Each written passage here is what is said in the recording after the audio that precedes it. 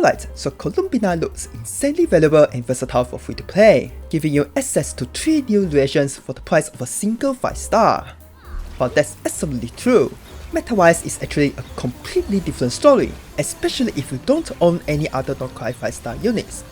That's why in this video I'm going to show you her real free-to-play performance and break down exactly when she's worth your Primogems and when she's not. So let's get started.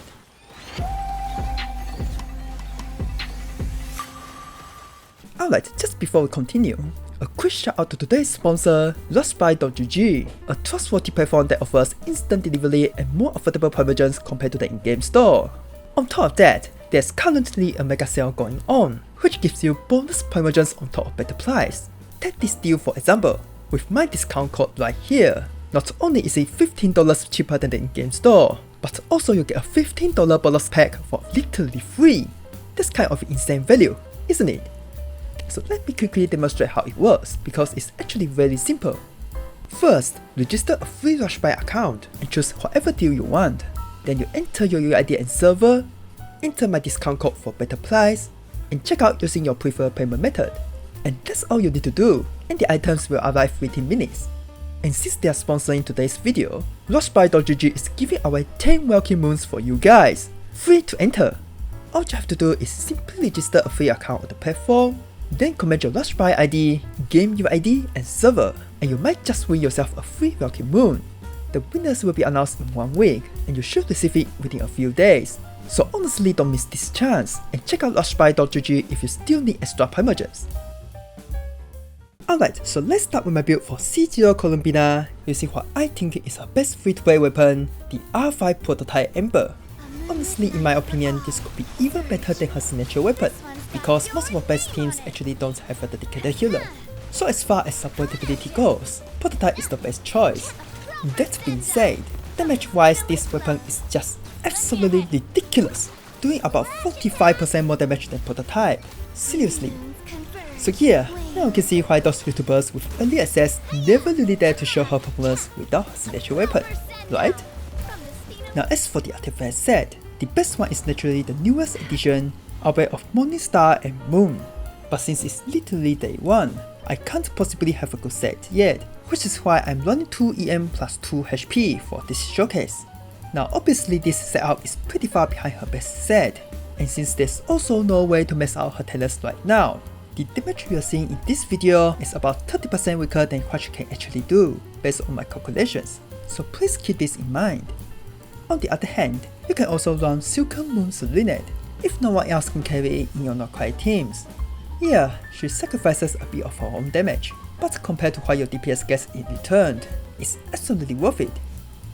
Finally, as for her talent, eventually you'd like to max out her skill and burst, and maybe normal attack too if you're going to play her on field. In any case, I personally prioritize her skill over her burst, because each burst level only adds a 3% lunar damage buff, which feels pretty negligible. Not to mention, you can't use it every rotation anyway, so it's better to max out her skill first to improve her damage.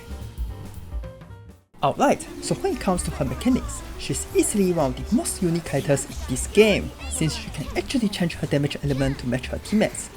On top of that, she turns and buffs all available reactions into lunar reactions, so if you happen to miss any of the Nodkrai units earlier, pulling Columbina alone is already enough to get a feel for all lunar reactions, which is really nice for free to play in this regard. But in terms of her home gameplay, she plays exactly the same way regardless of which reactions you go for, so here's how she works. Press E to summon a ring on her back, which activates 2 different of-field attacks. One is a Hydro AoE attack that follows you around, which gets slightly larger in AoE with Nodkrai teammates. While it's pretty decent, one thing I really don't like is the detection range, which is way too small. And if no enemy is in range, she'll actually skip her attack, forcing you to wait 2 seconds for the next round, which really sucks. And no, Nodkrai teammates don't solve this flaw.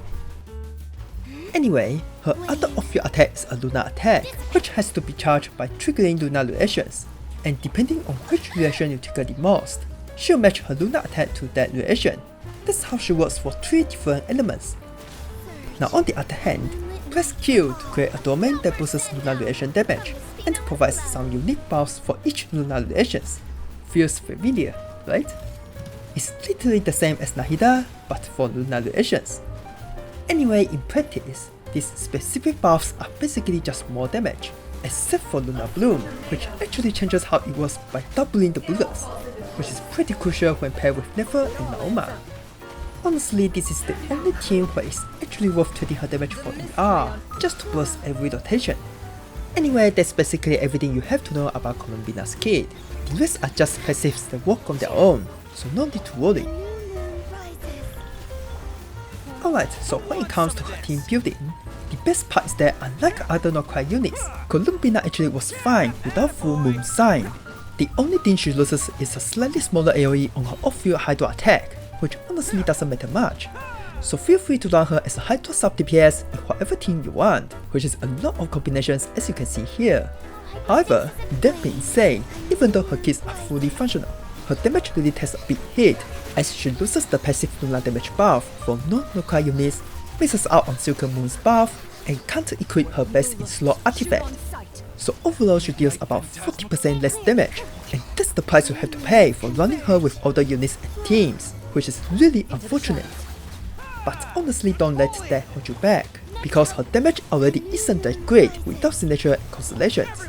Besides, the free-to-play 4-star Nodkrai units are honestly really underwhelming. While I can't really speak on Jahoda since I didn't get her even after 80 pulls, but I know, she just sucks. Not only her kit overlaps way too much with Columbina, but she also deals no damage at all. So if I know is the only Nodkrai unit you have, honestly take my advice. Forget Full Moon Sign and just go with other characters. Trust me, it's way better that way. Finally, just as intended by her design, her best setup is obviously supporting the Nodkrai DPS. So Flint, Nefer, and the upcoming RushBuy. And that's pretty much everything for her team building, so let's check out some showcases right away. Alright, let's start with Lunar-Bloom, in which, although it's called Lunar-Bloom, these are basically just standard Hyper-Bloom teams, with Columbina as Hydro sub DPS. And considering Hyper-Bloom is the strongest free-to-play relation, it should at least be decent, right? And that's where I really have to run for a bit, because I've never seen a team this weak in ages, especially when it already costs 2 5-star units. Just look at this damage, 8000 damage per hit with this many buffs, what the hell? So yeah, like I mentioned earlier, bringing Ainur for Columbina was really a huge mistake. So let's try it again with Fisher and see if it's any better. And to be fair, it's definitely better than before, but personally I think it's still not good enough for something that costs 2 5-stars. Just for your reference, this is what it looks like when you run Naoma instead. And yeah, I think this one speaks for itself. By the way, speaking of Naoma, although you can certainly pair her with Columbina, their synergy is honestly kind of out of work. Yes, Columbina's lunar damage goes up, but at the same time, your Hyper-Moon seed damage actually goes down compared to running Naoma alone, since her seed creep buff doesn't work at Full Moon Sign. So basically the team shifts from a Hyper-Bloom focus to a Lunar-Bloom focus, with Columbina functioning as a semi-main DPS. And that kind of raises the question, wouldn't Nefer be the better choice for this, since she's an actual Lunar-Bloom main DPS? So just out of curiosity, I tried the exact same team with Nefer instead of Columbina, and well, you can probably guess what happened. So yeah, that's about everything to Non-Nodkrai Lunar-Bloom, and forgive me for being blunt, but without Nefer, Columbina is literally trash from Lunar-Bloom and Hyper-Bloom.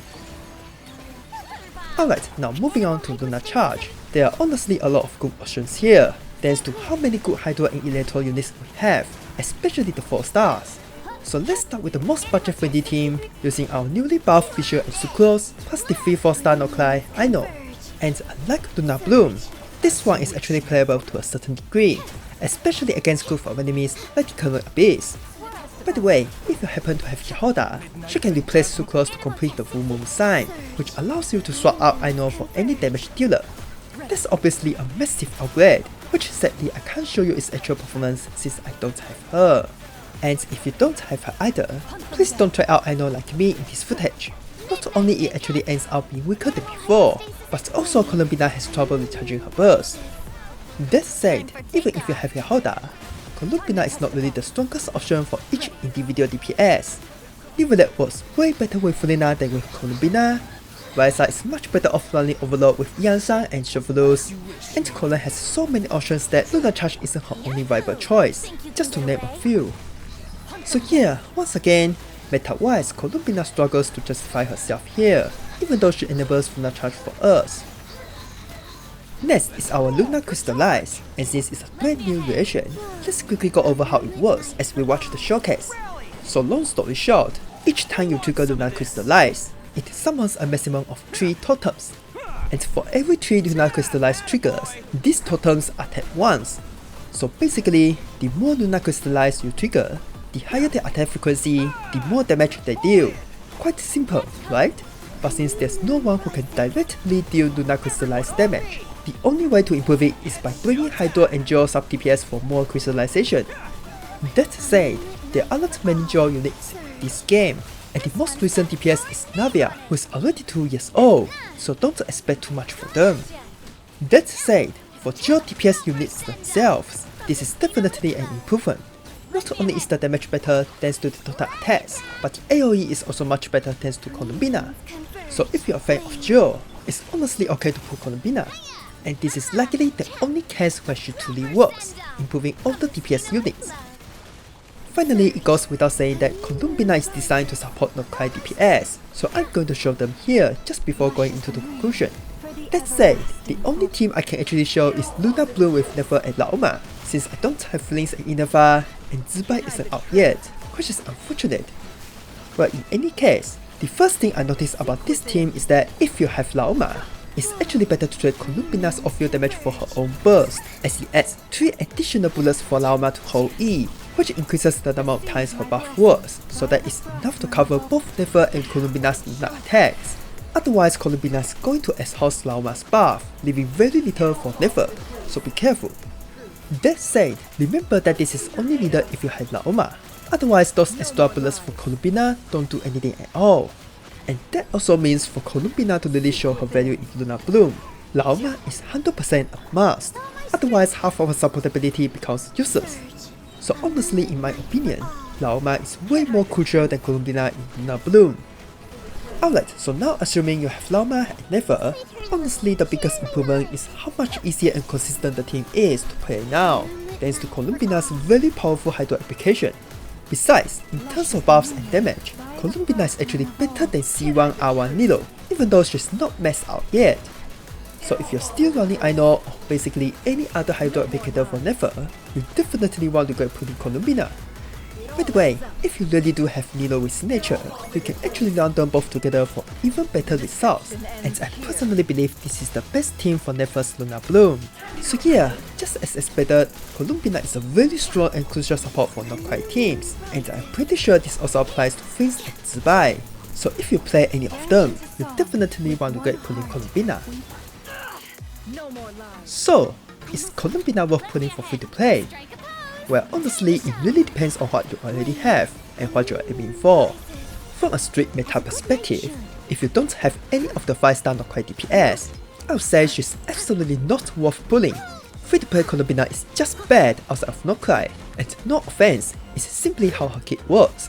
Her main function is to buff and deal lunar damage, so without a full Nodkrai setup that builds around her, naturally she's going to be weak, probably even weaker than Fulina released 2 years ago. That's why for nearly all non-Nodkrai teams she can join, there are always better options than bringing her.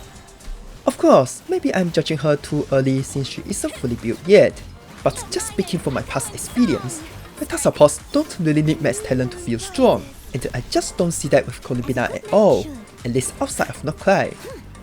That said, she does give older units access to 3 new reactions to mess around, so if your goal is simply to experience and try them out, then feel free to pull her, she's totally worth it for that. At the very least, she can be used against all the nasty Nodkrai bosses in Abyss, Theaters, and Stygian, so that's another value.